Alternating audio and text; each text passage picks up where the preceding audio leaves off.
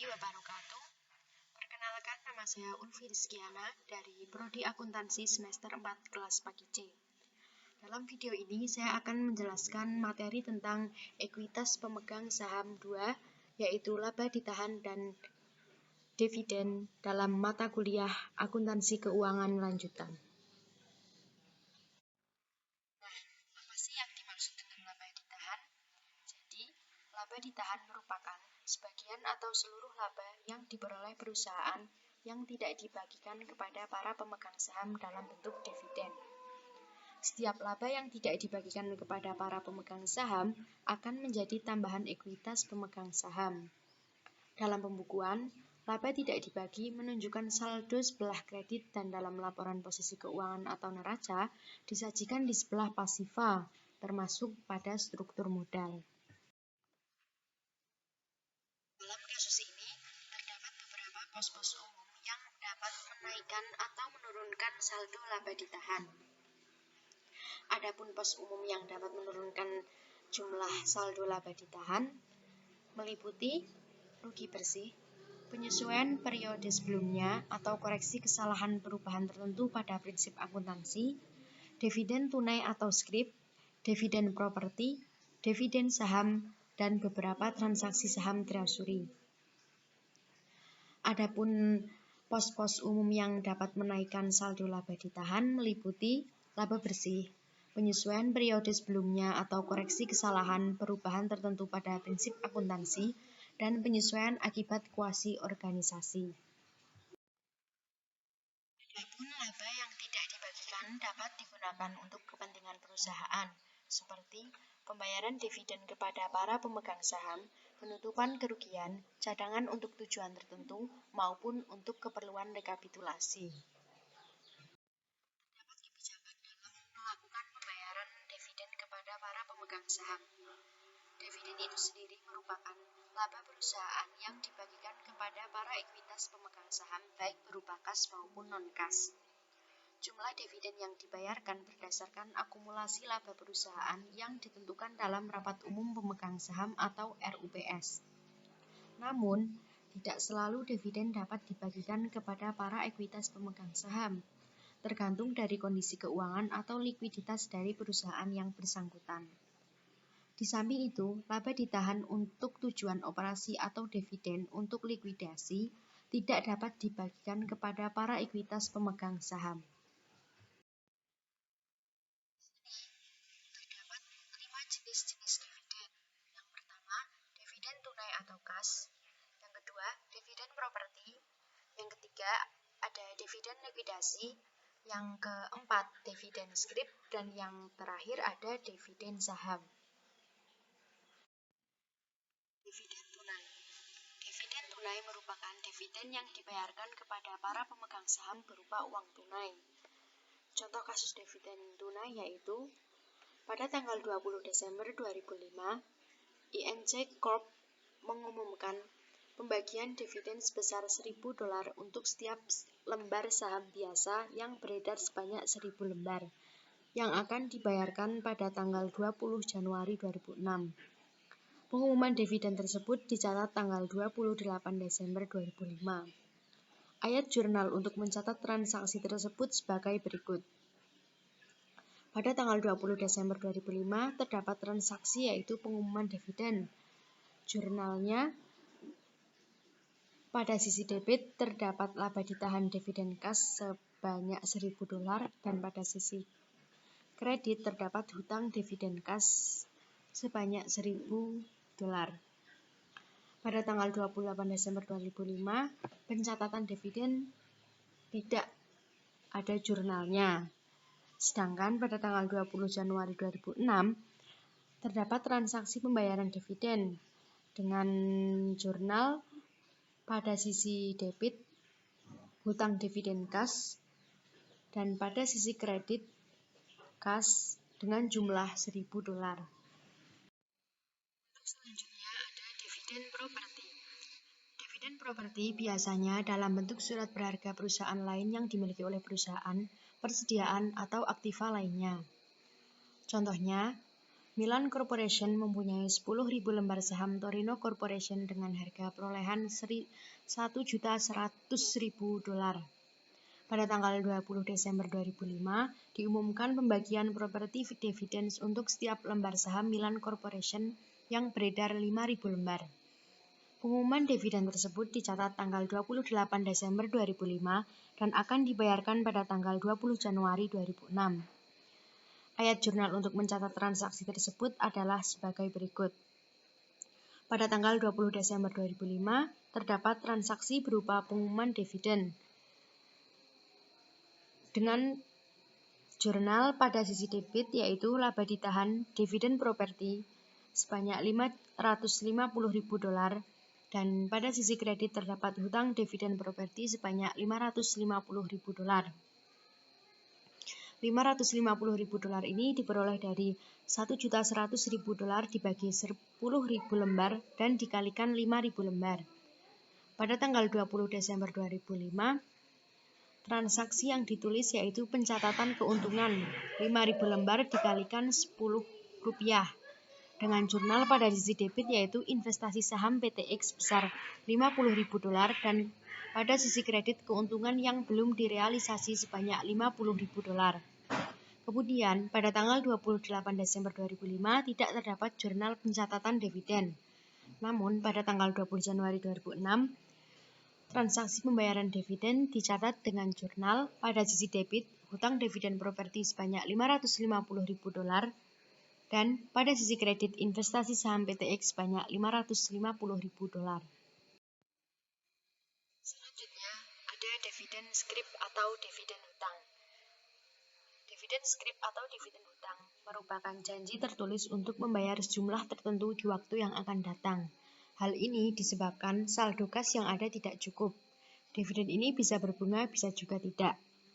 Contoh kasusnya, pada tanggal 20 Desember 2005, diumumkan pembagian dividen dalam bentuk Wessel Promise sebesar $1 juta dengan bunga 10% per tahun. Pengumuman dividen tersebut dicatat tanggal 28 Desember 2005 dan akan dibayarkan pada tanggal 20 Januari 2006. Bagaimana ayat jurnal untuk mencatat transaksi tersebut? Ayat jurnalnya sebagai berikut. Pada tanggal 20 Desember 2005, pengumuman dividen dengan jurnal pada sisi kredit laba ditahan dividen scrip $1 juta dan pada sisi kredit Wessel bayar sebanyak $1 juta. Pada tanggal 28 Desember 2005 tidak terdapat jurnal pencatatan dividen. Dan pada tanggal 20 Januari 2006 terdapat jurnal pembayaran dividen yaitu pada sisi debit Wessel bayar sebanyak $1 juta dan terdapat biaya bunga sebanyak 8.333 sehingga kas yang dikeluarkan dicatat pada sisi kredit sebanyak $1.008.333. Bunga sebanyak $8.333 tersebut diperoleh dari $1 juta dikalikan 10% dikalikan 1/12 bulan. Dividen likuidasi. Dividen likuidasi adalah dividen yang sebagian merupakan pengembalian modal dan bukan dari laba ditahan. Contohnya, pada tanggal 20 Desember 2005, Loren Corporation menerbitkan dividen kepada para pemegang saham sebesar $1.200.000. Pengumuman dividen tunai ini menyatakan bahwa $900.000 harus dipertimbangkan sebagai laba, dan sisanya merupakan pengembalian modal. Pengumuman dividen tersebut dicatat tanggal 28 Desember 2005 dan akan dibayarkan pada tanggal 20 Januari 2006. Ayat jurnal untuk mencatat transaksi tersebut adalah sebagai berikut. Pada tanggal 20 Desember 2005, terjadi transaksi pengumuman dividen. Jurnalnya adalah pada sisi debit laba ditahan sebanyak $900.000, tambahan modal disetor $300.000. Dan pada sisi kredit, terdapat hutang dividen sebanyak $1.200.000. Kemudian pencatatan dividen tidak ada jurnal dan tanggal 20 Januari 2006, pembayaran dividen pada sisi debit ditulis hutang dividen $1.200.000 dan pada sisi kredit ditulis kas sebanyak $1.200.000. Yang terakhir adalah dividen saham. Seluruh dividen kecuali dividen saham mengurangi total ekuitas pemegang saham dalam perusahaan, karena ekuitas akan berkurang baik melalui pembagian dividen secara langsung maupun di masa depan. Jika dividen saham diumumkan, maka perusahaan tidak membayar dengan aktiva atau mencatat kewajiban. Perusahaan hanya perlu menerbitkan tambahan lembar saham kepada setiap pemegang saham dan tidak lebih dari itu. Nah, apa sih tujuan dari pembagian dividen saham? Tujuannya yaitu untuk menahan laba secara tetap, yaitu dengan mengkapitalisir laba tidak dibagi dan dikreditkan modal saham. Yang kedua, pembagian dividen tanpa menggunakan pembayaran tunai atau aktiva yang diperlukan untuk modal kerja dan ekspansi. Dan yang ketiga, untuk menaikkan jumlah lembar saham yang beredar sehingga harga pasarnya akan turun. Dalam pembagian dividen saham terdapat ukuran dividen saham. Yang pertama, dividen saham kecil, yaitu kurang dari 20% dari saham perusahaan yang diterbitkan dicatat pada nilai pasar wajar. Dan yang kedua, dividen saham besar, lebih dari 20-25% dari saham perusahaan yang diterbitkan dicatat pada nilai nominal. Berikut merupakan ilustrasi dari pembagian dividen saham biasa. Medland Corporation memiliki 50.000 saham yang diterbitkan dan beredar. Nilai nominal saham sebesar $10 per saham dan nilai pasarnya sebesar $15 per saham. Dividen saham 10% diumumkan, maka jurnalnya pada sisi debit, laba ditahan dividen saham sebesar $75.000 diperoleh dari 50.000 kali 10% dikalikan $15. Kemudian pada sisi kredit, terdapat dividen saham biasa yang didistribusikan yaitu 50.000 dan premi saham-saham biasa atau keuntungan saham biasa sebesar 25.000. Kemudian jurnal saham yang diterbitkan pada sisi debit, dividen saham biasa yang didistribusikan sebesar 50.000 dan pada sisi kredit modal saham-saham biasa sebesar 50.000.